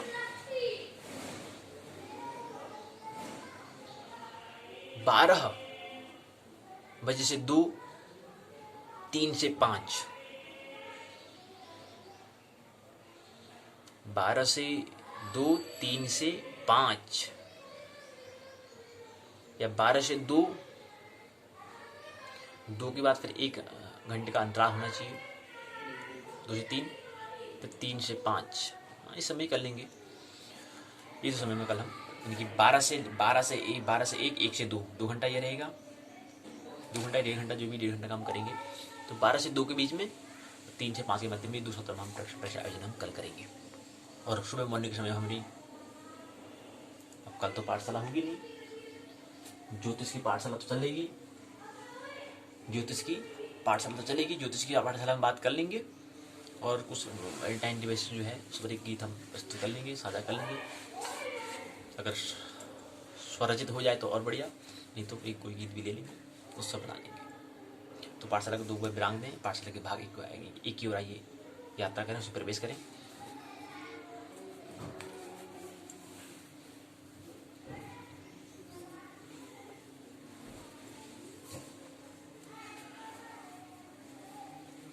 पाठशाला के भाग 1 में हम ब्रह्मांड एवं काल को समझने का प्रयास हम कर रहे हैं। स्नातक उत्तराखंड मुक्त विश्वविद्यालय के स्नातक प्रथम वर्ष का प्रथम प्रश्न पत्र है ब्रह्मांड एवं काल के अंतर्गत पहले में खगोल, दूसरे में काल को, तीसरे में हमें पंचांग को समझ रहे हैं। पंचांग में हमने कहा ये हमारा पंचांग है। इसमें अब हमने कहा पंचांग में मतलब मुख्यतः 5 अंग होते हैं। क्या क्या होते हैं देखिए पंचांग कहाँ पर होता है। मुख्य पहला होता है तिथि, ये लिखा है तिथि। दूसरा होता है वार, वार। तीसरा होता है तिथि वार। तीसरा होता है नक्षत्र। चौथा होता है योग। पांच होता है करण। ये पांचों का यहाँ पर मुख्य जो भाग होते हैं, मुख्य तो 5 होते हैं, लेकिन और होने में और भी होता है। दिनमान होता है, सूर्य उदय कब होता है, सूर्य अस्त कब होता है, चंद्र कब कौन सी राशि में प्रवेश करता है, ये भी होता है। और कौन सी पक्ष कौन सा है, कौन सा अयन है, कौन सा गोल है, कौन सी ऋतु है, ये सब इसमें मिलती है। कौन सा संवत्सर है, कौन से शाके है, ये बातें भी होती हैं। और कौन सा गोचर चल रहा है, इसके बारे में यहाँ पर दिया होता है। और कौन से यहाँ पर पर्व हैं, उत्सव हैं, उसके बारे में यहाँ पर दिया होता है। तो ये पंचांग में ये बातें होती हैं। ठीक है, मूल तो हम पंचांग में कहते हैं तिथि वार नक्षत्र योग करण की बात करते हैं। होने में और चीज भी होती है। और चीज क्या होती है? और चीज यहाँ पर संवत्सर होता है, शाका होते हैं, दिनमान होता है, सूर्य कब उदय होगा, सूर्य कब अस्त होगा, कौन सी गति है, कौन सा महीना कौन से गति है, उसके बारे में दिया होता है। दिनांक क्या है, इसके बारे में दिया होता है। चंद्र कब प्रवेश करता है, कौन सा में प्रवेश करेगा, कब प्रवेश करेगा, कब कितने समय तक रहेगा, इसका भी जिक्र इसमें होता है। इसमें पक्ष के बारे में बताया होता है, कौन सा पक्ष है, कौन सी तिथि है, तो तिथि तो उसमें आई गया है, पक्ष है। और कौन सा पर्व है उसके बारे में दिया होता है। और कौन सा अयन है उसके बारे में, कौन सी ऋतु उसके बारे में, कौन सा गोल है उसके बारे में दिया होता है। तो बहुत सारी बातें यहाँ पर दी होती हैं ये पंचांग में। और प्रतिदिन गोचर कि हमारे वर्तमान के जो ग्रह हैं कहाँ पर गोचर कर रहे हैं, उससे हमारे जीवन में प्रतिदिन हमारे जीवन में आज के जीवन में क्या प्रभाव पड़ेगा, उसके बारे में यहाँ पर ये हमारे जो कुंडली है, इस कुंडली के माध्यम से हम समझ सकते हैं। दैनिक कार्य में दैनिक जो हमारा ग्रहों के जो गोचर है उसके बारे में समझते हैं। गोचर मतलब गति करना, गतिमान रहना। तो आज ग्रह कौन से कहाँ पर गति कर रहा है, क्या कर रहा है, उसके हिसाब से हमारे जीवन में क्या प्रभाव पड़ेगा, ये इसमें दिया होता है। तो केवल इतना ही पंचांग कहना ही नहीं, इसमें बहुत सारी बातें में दी होती हैं, इतनी सारी बातें इसमें दी होती हैं, लेकिन मुख्यतः में तिथि वार नक्षत्र योग कर्ण की ही बात हम जिक्र करते हैं, इसलिए हमने उसका नाम पंचांग कहा। 5 जिसके अंग उसको कहते हैं पंचांग। तो ये हमने समझने का प्रयास हम यहाँ पर कर रहे हैं। आइए उत्तराखंड मुक्त उपचार के पाठ्य पुस्तक जो है उसके माध्यम से समझें कि इसमें क्या दिया है तिथि के बारे में। तो पहले कहते हैं तिथि के बारे में आपको पता होना चाहिए। तिथि के बारे में कहते हैं तिथि शब्द की उत्पत्ति कैसे होती है, तिथि का मतलब क्या होता है, तिथि का परिभाषा का अगर डेफिनेशन कोई आपसे पूछे कि तिथि की परिभाषा बताइए, डेफिनेशन बताइए, तो क्या बताएंगे आप? उसका अर्थ क्या होता है तिथि का मतलब? तिथि का मतलब दिनांक होता है, तिथि का मतलब डेट होता है, तिथि का मतलब क्या होता है? डेट वही है जो तिथि कह रहे हैं, वही डेट है, वही दिनांक है, वही तारीख है, क्या वही बात है या अलग है? तो इसलिए इसका उत्पत्ति कैसे होती है और अर्थ क्या है और इसकी परिभाषा क्या होती है, ये सारे क्या दोनों में अंतर क्या है, तिथि और दिनांक में क्या फर्क है? दिनांक कहो, तारीख कहो, डेट कहो, बात एक ही है, लेकिन दिनांक और तिथि में क्या फर्क है? क्या एक ही दोनों एक ही चीजें या अलग अलग हैं, भिन्न भिन्न? तो भिन्न भिन्न कैसे हैं, ये बातें। फिर आता है पक्ष। पक्ष क्या है? फिर तिथि की संख्या कितनी होती होगी? फिर तिथि के नाम क्या है? तिथियों के भी नाम दिए गए हैं, उनकी भी संख्या दी गई है। कितनी तिथि होती है और इनका नाम है, उनके स्वामी, तिथियों के स्वामी कौन है, इसके बारे में। और कभी भी तिथि बढ़ती है, बढ़ जाती है, कभी घट जाती है, इसका मतलब क्या है? तिथि का घटना, तिथि का घटना, तिथि का बढ़ना, ये क्या होता है? वृद्धि और क्षय तिथि क्या होती है? तिथियों का व्यवहार, तिथियों का जीवन में, हमारे व्यवहार में हमारे क्या महत्व है? इसका व्यवहार में, हमारे आचरण में, हमारे दैनिक में क्या इसका महत्व है, क्या इम्पोर्टेंस है? तिथियों का सैद्धांतिक स्वरूप क्या है, नेचर क्या है?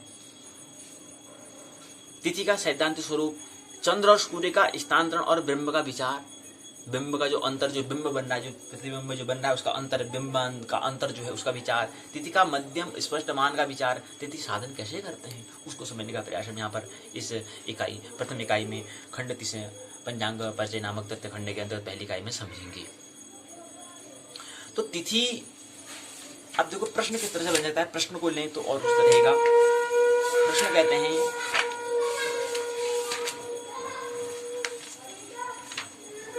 प्रश्न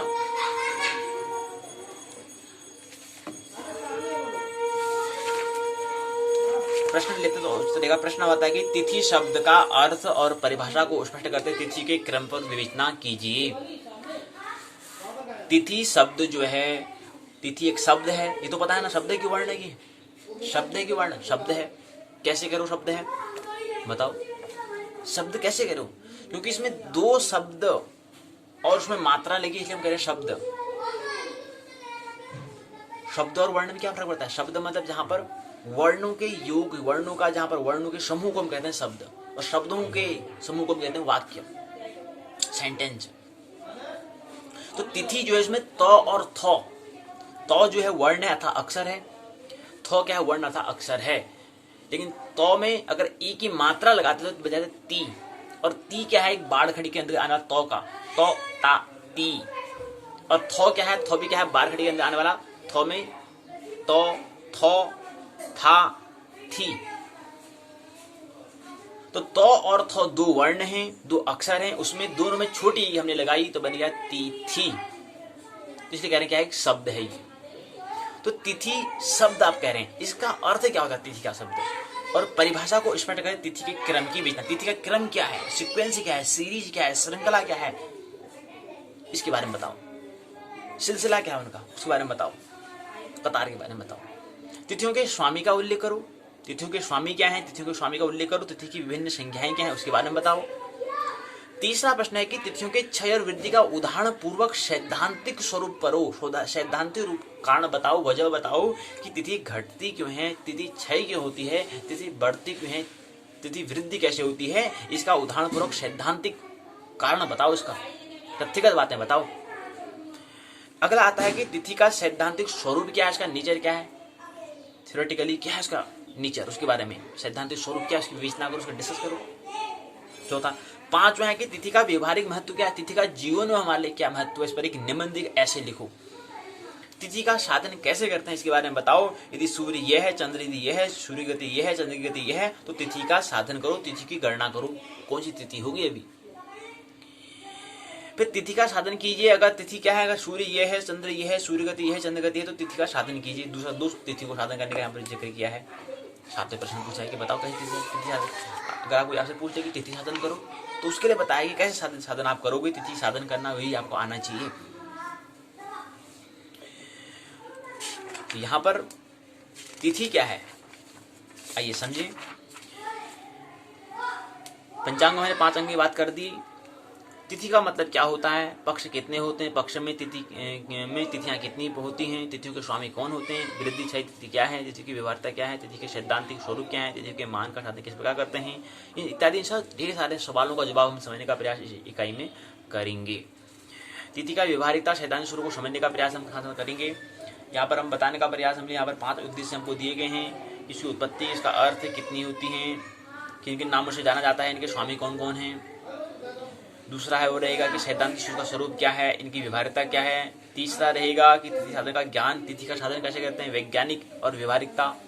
मुहूर्त के शोधन में इसका मुहूर्त जब साधते हैं, शोधन करते हैं, गणना करते हैं, उसमें इसका उपयोग हमें करते हैं, वहाँ पर उपयोग होता है। जन सामान्य के लिए सेवा, धन प्राप्ति या यश प्राप्ति में सहायक होता है, तो इसके लिए हमें अध्ययन और साधन किस प्रकार हम करते हैं इसको समझने का प्रयास। चौथे में आएगा कि इसकी व्यवहारिकता, सैद्धांतिक पहलुओं के बारे में श्रेणीबद्ध करेंगे।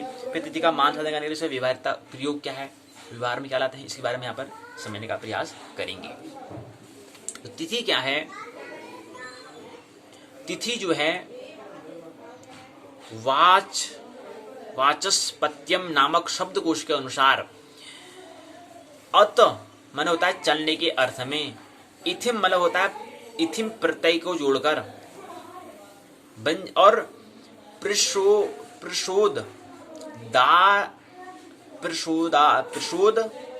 प्रशोदर आदित्वाद डी पे प्रत्यय के योग से मिलन से तिथि शब्द बनता है। तो तिथि के लिए क्या आता है, सबसे पहले क्या है, वाचस्पत्यम नामक शब्दकोश डिक्शनरी जो है, इसमें आता है कि अत में इतिन प्रत्यय को जोड़ते हैं। अत जो है, अत का मतलब होता है चलने के अर्थ में, अत मतलब होता है चलने के अर्थ में होता है, एक धातु है। अत क्या है, एक धातु है। अत क्या है, एक धातु है। इसमें इथिन प्रत्यय को जोड़ते हैं, इथिन प्रत्यय को जोड़ने से क्या बनता है, और साथ साथ डी प्रत्यय जोड़ते हैं। तो यहाँ पर डी प्रत्यय के योग से तिथि शब्द की उत्पत्ति होती है। तिथि शब्द तो में छोटी की मात्रा से तिथि बन रहा है, ऐसा ही नहीं है, बल्कि और इसकी वैज्ञानिकता क्या है इसमें कि अत धातु होता है, इथिन प्रत्यय होता है, और साथ ही साथ डी प्रत्यय के योग से क्या है तिथि शब्द बनता है। तिथि का मतलब अच और अद्य जो धातु उसका मतलब होता है चलने के अर्थ में होता है। तो बनता है इसका परिभाषा, जो कार्य विशेष वृद्धि या क्षय होने वाले एक चंद्रकला को विस्तार करती है वही तिथि कहलाती है। तिथि मतलब होता है कि चंद्रमा, कहने की चलने के अर्थ में कह रहे हैं, चलने में अर्थ में कौन है? पृथ्वी भी चल रही है, चंद्रमा भी चल रही है, चंद्रमा भी और सूर्य भी चल रहा है। अब चलने के अर्थ, अर्थ का मतलब चलने के अर्थ में, अर्थ जो धातु है उसका मतलब होता है चलने के अर्थ में होता है,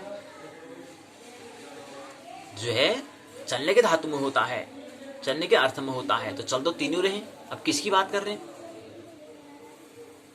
किसकी चलने की बात हो रही है? सूर्य की बात हो रही है, पृथ्वी की बात हो रही है, चंद्रमा की, किसकी बात हो रही है तो पता चले।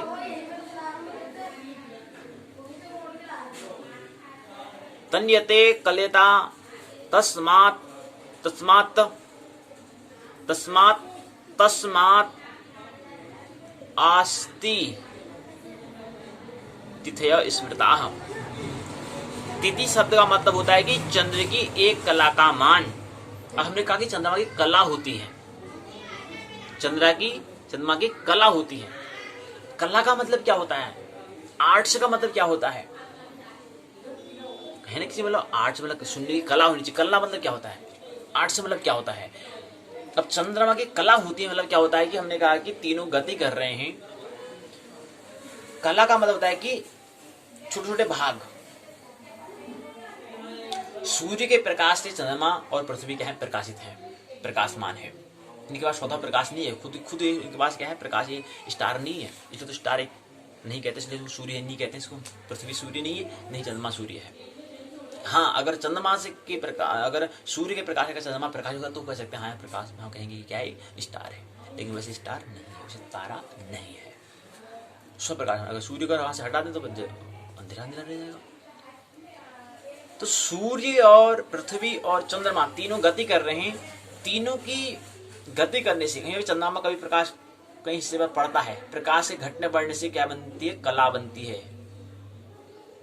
कहीं पर प्रकाश और अंधेरा और प्रकाश, जहां पर अंधेरा है जहां प्रकाश है उससे क्या बनती है? कला बनती है।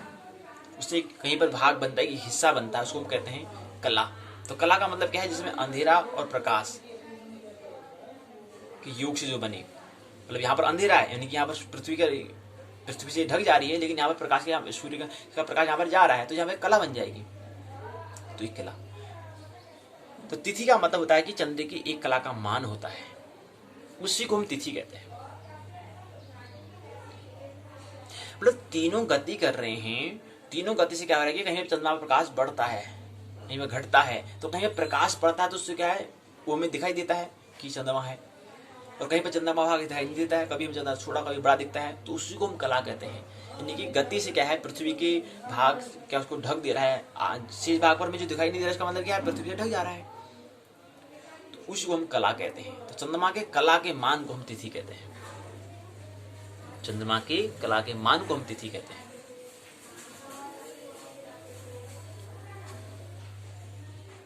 हम जानते हैं चंद्रमा का स्वप्रकाशित नहीं है, चंद्रमा क्या है? प्रकाशित है, सूर्य के प्रकाश से प्रकाशित है।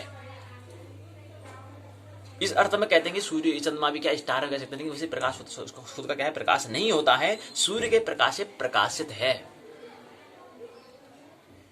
तो सूर्य का जो प्रकाश, जो रोशनी जा रही है, चंद्रमा पर पड़ रही है, उसके पड़ने से क्या है? चंद्रमा प्रकाशित होता है।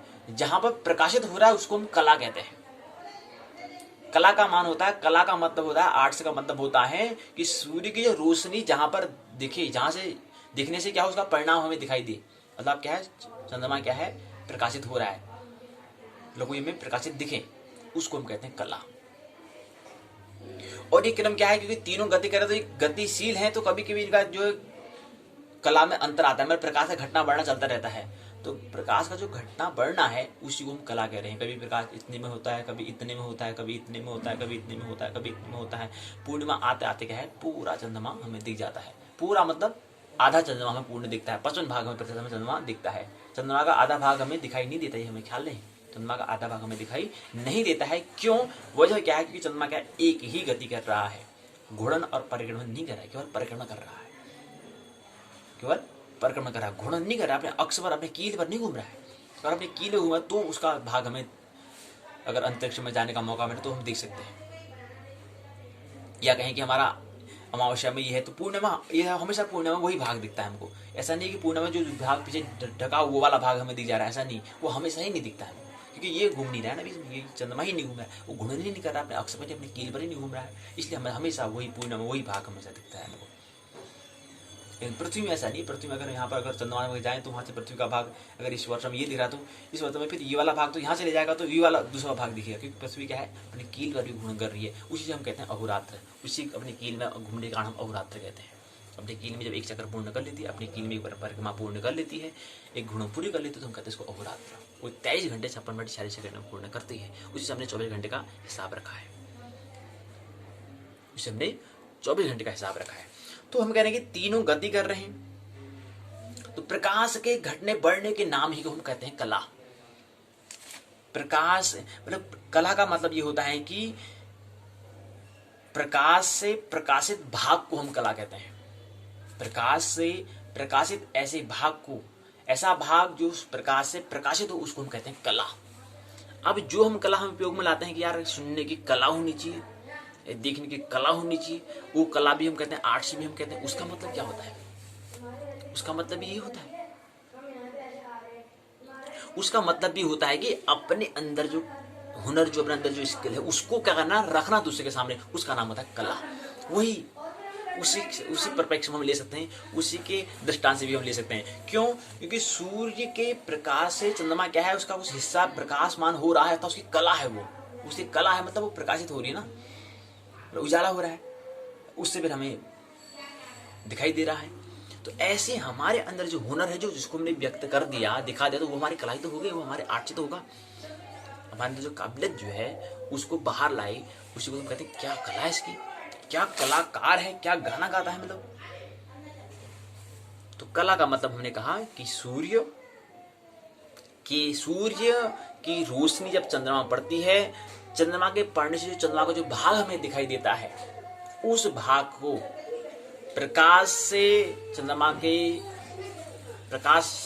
प्रकाशमान जो भाग जो हमें दिखाई देता है उसको कहते हैं हम कला।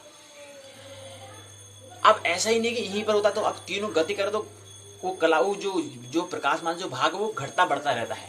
अब कितना घटता है कितना बढ़ता है, उसी के लिए हम कहते हैं जहां पर प्रकाश बढ़ते बढ़ते बढ़ते बढ़ते बढ़ते आता है, जहां पूरा ही चंद्रमा में 55% भाग जो चंद्रमा में पूरा दिख जाता है, पूर्णिमा उसको हम कह देते हैं। यहां तक हमने एक पक्ष कहा, उसी को हमने नाम दिया पक्ष, इसी को नाम हमने दिया पक्ष। अब क्या आ जाए कि यही प्रकाश जो है, यही प्रकाश यहां पर प्रकाशित होते होते क्या पूर्ण प्रकाशित हो गया। अब यही क्या है कि यहां से धीरे धीरे धीरे करके क्या करे, प्रकाश घटना शुरू कर दे, तो एक समय में आ जाएगा पूरा क्या हो जाएगा, चंद्रमा अदृश्य हो जाएगा। उसी का नाम दिया हमने अमावस्या, उसका नाम दिया अमावस्या। इसी का नाम लगा दूसरा पक्ष। इसी इन दो भाग को मैंने क्या कहा पक्ष कहा कि एक महीने में क्या होते हैं, दो पक्ष होते हैं। तो पक्ष का मतलब क्या होता है, कला के एक भाग को, तो जहां प्रकाश का बढ़ना हो, जहां प्रकाश का घटना हो, दो स्थिति हो सकती है। जहां प्रकाश पूरा बढ़ रहा हो, एक समय पूरा बढ़ जाता है, जहां पर प्रकाश धीरे धीरे बढ़कर पूरा प्रकाश, चंद्रमा हमें दिखता ही नहीं है। चंद्रमा दिखता ही नहीं मतलब क्या, चंद्रमा गायब हो जाता है क्या? चंद्रमा है ही नहीं, पृथ्वी पे ढक जा रहा तो दिखेगा कहां से? अभी तक हमें जो चंद्रमा दिख पा रहा है वो कैसे दिख पा रहा है, क्योंकि पृथ्वी यहाँ पर है, पृथ्वी थोड़ा सा यहाँ पर अपने यहाँ पर है, चंद्रमा सूर्य यहाँ पर है, चंद्रमा यहाँ पर है, तो यहाँ से प्रकाश जा रहा है, तो वहां से हमें जब सूर्य का प्रकाश चंद्रमा पड़ रहा है, वहां से फिर प्रकाश हमारे आंखों में आ रहा है, आंखों में जो हमारा प्रतिबिंब बनना है, तब जाकर हमें क्या है, प्रकाश कहते हैं कि हाँ चंद्रमा है, आज चंद्रमा आया है, चंद्रमा हमें दिखाई दे रहा है। जिस दिन हमें चंद्रमा दिखाई, पृथ्वी जब पूरी आ जाएगी तो चंद्रमा हमें दिखता ही नहीं है, उसको हम अमावस्या कहते थे। एक दिन चंद्रमा में पूर्णतः ही हमें दिखाई नहीं देता है, क्योंकि उस दिन क्या होता है, वो वहाँ प्रकाश, सूर्य का प्रकाश पहुँचता ही नहीं है, उसको हमने अमावस्या कहा। तो क्या हुआ, तिथि क्या है? तिथि का मतलब होता है कि चंद्रमा के प्रकाश, सूर्य के प्रकाश से चंद्रमा के प्रकाशित मान भाग को, प्रकाशित मतलब जो ज्योतिर्मय भाग को हम क्या कहते हैं, तिथि कहते हैं, कला कहते हैं। भाग करते हैं। और कितनी, एक महीने में ऐसी स्थिति कितनी होती है? 16 स्थिति होती है, जिसमें क्रम क्रम से हम पहले को हम प्रतिपदा, दूसरे को द्वितीया, तृतीया, चतुर्थी, पंचमी, षष्ठी, सप्तमी, अष्टमी, नवमी, दशमी, एकादशी, द्वादशी, त्रयोदशी, चतुर्दशी हम कहते हैं। 15 में हम पूर्णिमा, 16 में अमावस्या कहते हैं। तिथि जो है 16 होती है, लेकिन पक्ष में क्या है? कला कितनी होती है? 16 कला होती है। तो चंद्रमा की कला मतलब 16 कला मतलब 16 बार ऐसा प्रकाश घटना वर्णा होता है। लेकिन एक वर्तुल में क्या होता है कि वही फिर क्या है, पुनरावृत्ति हो जाती है। कहने का मतलब क्या है कि हमने कहा कि प्रतिपदा, द्वितीया, तृतीया, चौथी, जैसे हम कह रहे हैं कि अभी क्या है, मास का शुक्ल पक्ष है कि आज द्वितीया है। और देखें चंद्रमा को, शाम को, रात्रि को देखें, देखने का सुबह आज क्या है, आज क्या है, शुक्ल पक्ष, माघ माह का शुक्ल पक्ष की द्वितीया है। तो शाम को चांद जब देखेंगे तो उसका भाग में थोड़ा सा क्या होगा, और क्या है, शुक्ल पक्ष है। ख्याल रही, सूत्र फॉर्मूला याद रही, माघ महीने का शुक्ल पक्ष की द्वितीया है। अर्थात शुक्ल पक्ष क्या दिखाता है? शुक्ल मन होता है उजाला, यानी कि जहां प्रकाश बढ़ रहा होगा, जहां प्रकाश क्या होगा, बढ़ रहा होगा। मतलब कहने का मतलब आज द्वितीया तो फिर कल तृतीया, चतुर्थी होती रहेगी, आगे बढ़ते रहेगा समय। तो उसमें क्या होगा, प्रकाश धीरे धीरे बढ़ेगा और फिर एक समय में आएगा तो शुक्ल पक्ष की जो अंतिम जो 15वीं जो तिथि, 15वीं जो भाग आएगा, तो 15वें भाग में क्या होगा, पूरा भाग हमें दिख जाएगा। पूरा भाग मतलब चंद्रमा का जो आधा भाग जो है वो पूर्ण हमें दिखता है, उसको पूर्णिमा, तो भाग में दिख जाएगा। तो प्रकाश का मतलब बढ़ रहा, मतलब आज ये है तो थोड़ा थोड़ा बहुत हमें दिखेगा, कल थोड़ा और बढ़ के, थोड़ा और बढ़ के, थोड़ा और बढ़ के हमें दिखेगा। तो शुक्ल पक्ष है, द्वितीया है। द्वितीया तिथि में शाम को दिखने का अवसर में तो देखें वो दिख कैसे रहा है, वो प्रकाश में भाग कैसे दिख रहा है? वो दिख रहा है हमारे सूर्य का प्रकाश, पृथ्वी, सूर्य का प्रकाश जो है, रोशनी जारी है, चंद्रमा पड़ रही है, चंद्रमा का पड़ने का जो प्रकाश भाग जो वहां से फिर हमारी आंखों में आता है, तो वहां से हम कहते हैं आज क्या है, चंद्रमा का इतना भाग हमें दिखाई दे रहा कहते हैं। और कभी कभी चंद्रमा हमें दिखाई नहीं देता, तो क्या है कि बीच में पृथ्वी आ जाती है तो दिखता ही नहीं है। तो ये हमने कहा, तो ये हमें ख्याल है। वैसे कला 16 कला, षोडश कला होती है चंद्रमा की, लेकिन दो पक्षों की 30 तिथियां होती हैं, प्रतिपदा, द्वितीया, तृतीया, चतुर्थी, पंचमी, षष्ठी, सप्तमी, अष्टमी, नवमी, दशमी, एकादशी, द्वादशी, त्रयोदशी, चतुर्दशी, पंचदशी और क्या होगा, पहले पूर्णिमा हो जाएगी। फिर इसी क्रम से प्रतिपदा, द्वितीया, तृतीया, चतुर्थी, पंचमी, षष्ठी, सप्तमी, अष्टमी, नवमी, दशमी, एकादशी, द्वादशी, त्रयोदशी, चतुर्दशी, पंचदशी और अमावस्या। इस हिसाब से 30 तिथियां होती हैं, लेकिन कला 16 होती है, ये हमें ख्याल रहना चाहिए। तो मानना नहीं, जानना, आनंद, महोत्सव, उत्सव पूर्वक जीवन जीना है। मेरी बातों करते हैं प्रेम, शांति सुना, बहुत बहुत अनुभूत हूँ। अंत में सबके भीतर बैठे परमात्मा को प्रणाम करता हूँ, मेरा प्रणाम स्वीकार करें।